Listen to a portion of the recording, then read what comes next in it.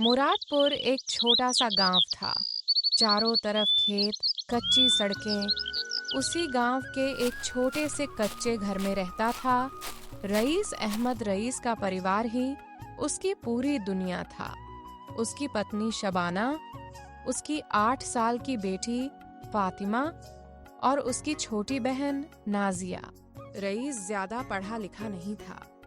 बचपन में ही गरीबी ने उसे स्कूल छोड़ने पर मजबूर कर दिया था, लेकिन उसने सपना देखना कभी नहीं छोड़ा।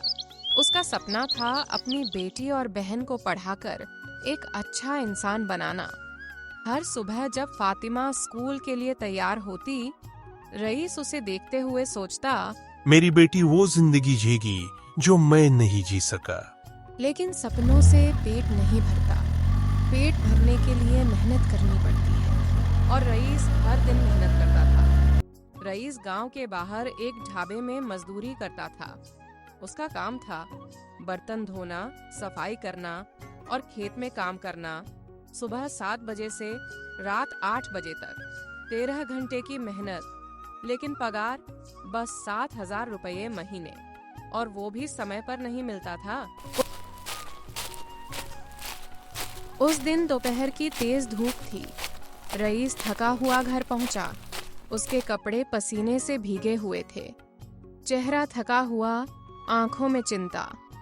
घर में घुसते ही शबाना ने बोली, आज मालिक ने पैसे दिए क्या?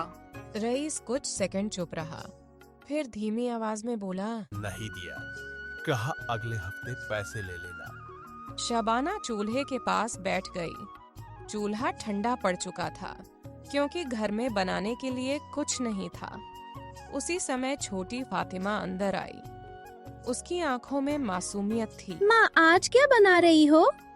शबाना की आंखों में आंसू आ गए, लेकिन उसने मुस्कुराने की कोशिश की और बोली, बस बेटा, अभी बनाऊंगी है। फातिमा खुश होकर बाहर खेलने चली गई। लेकिन शबाना जानती थी, घर में ना आटा था, ना चावल, ना तेल, कुछ भी नहीं। शबाना धीरे से बोली, रईस, घर में कुछ बनाने का नहीं है। रईस का दिल टूट गया। उसने बोला, मैं क्या करूं शबाना, मैं पूरी मेहनत करता हूं, पर टाइम पर पैसे नहीं मिलते हैं। मैं जानती हूँ, लेकिन भूख मेहनत नहीं समझती। ये शब्द तीर की तरह रईस के दिल में लगे। कुछ देर बाद रईस बोला, मैं राशन लेने जा रहा हूं। शबाना समझ गई। इस गांव की किराना दुकान पर पहुंचा। दुकान वाले का नाम था याकूब।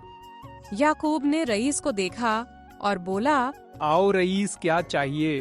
रईस ने नजरें झुका ली और बोला, भाई थोड़ा राशन चाहिए भाई, उधार में।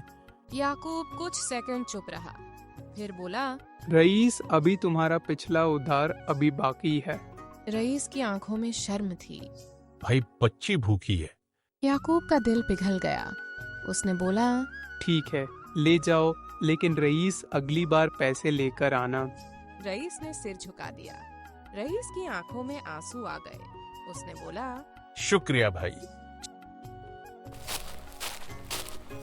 शाम को सब खाना खा रहे थे, लेकिन रईस चुप था। नाजिया ने पूछा, भैया आप खुश क्यों नहीं हो? भैया एक बात पूछूं? पूछो। आप तो बहुत अच्छा चिकन पंजा बनाते थे, तो आप अपना ठेला क्यों नहीं लगाते हो? रईस ने हंसने की कोशिश की और बोला, ठेला लगाना इतना आसान नहीं होता बहन। नाजिया फिर बोली, भैया, नौकरी भी करना आसान नहीं होता। ये शब्द सीधे उसके दिल में लग गया। उस रात रईस सो नहीं पाया। वह छत को देख रहा था। उसे अपने बचपन की याद आई, जब उसके अब्बू कहते थे, रईस, तेरे हाथ में जादू है। रईस का बनाया चिकन पंजा चावल पूरे गांव में मशहूर था।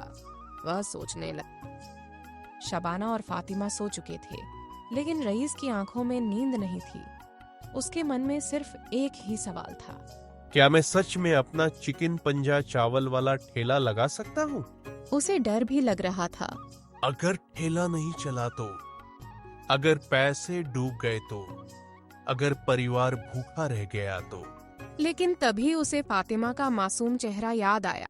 उसका दिल मजबूत हो गया। नहीं अब और नहीं अब, मैं अपनी बेटी को भूखा नहीं देखूंगा। उसने उसी पल फैसला कर लिया। अगली सुबह रईस जल्दी उठ गया।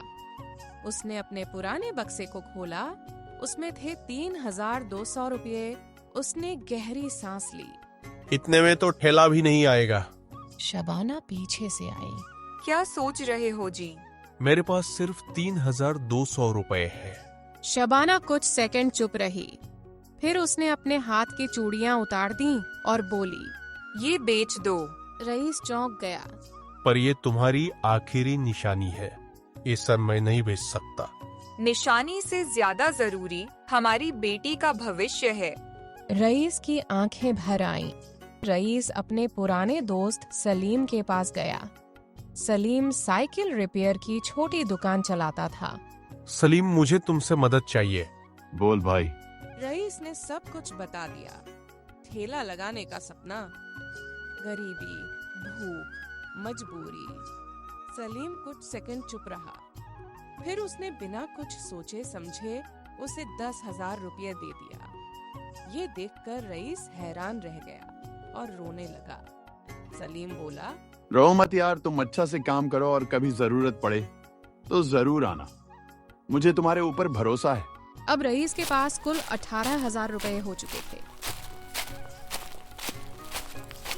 ठहर गया और एक ठेला 10,500 रुपये में खरीद लिया और ठेला लेके घर आ गया। शबाना मसाले तैयार कर रही थी। नाजिया चावल साफ कर रही थी। रईस चिकन पंजे धो रहा था। घर में महीनों बाद खुशी आई थी। सुबह का समय था, हल्की धूप। रईस ठेला लेकर बाजार पहुंचा। उसका दिल तेजी से धड़क रहा था। उसने ठेला लगाया। चिकन पंजा पकने लगा। खुशबू हवा में फैलने लगी, लेकिन कोई ग्राहक नहीं आया। 10 मिनट, 20 मिनट, 30 मिनट तक कोई नहीं आया। रईस का दिल टूटने लगा। तभी एक बुजुर्ग आदमी आया। उसने क्या बना रहे हो बेटा? पूछा। बाबा, चिकन पंजा चावल है। ठीक है, एक प्लेट दे दो। रईस ने एक प्लेट उसे दिया। बुजुर्ग ने पहला निवाला खाया। कुछ सेकंड चुप रहे। फिर बुजुर्ग बोला, बहुत स्वादिष्ट है बेटा। रईस की आंखों में खुशी के आंसू आ गए। तभी एक ग्राहक से दूसरा आया, दूसरे से तीसरा।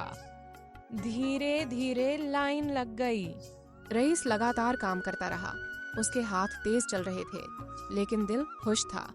शाम को जब सब खत्म हुआ तो रईस ने पैसे गिने। 4,850 रुपए हुए। उसके हाथ कांपने लगे। इतने पैसे उसने एक दिन में कभी नहीं कमाए थे। उसकी आंखों से आंसू निकल आए। रईस ठेका लेके धीरे धीरे घर पहुंचा। फातिमा दौड़कर आई और उसके गोद में बैठ गई। फिर पैसे शबाना को दिया। शबाना हैरान रह गई। इतने सारे पैसे पहली कमाई हुई है। अब हमारी किस्मत बदलने वाली है। उस रात पूरे परिवार ने पेट भरकर खाना खाया।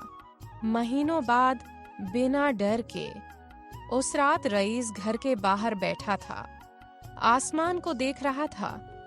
आज उसके दिल में डर नहीं था, सिर्फ भरोसा था।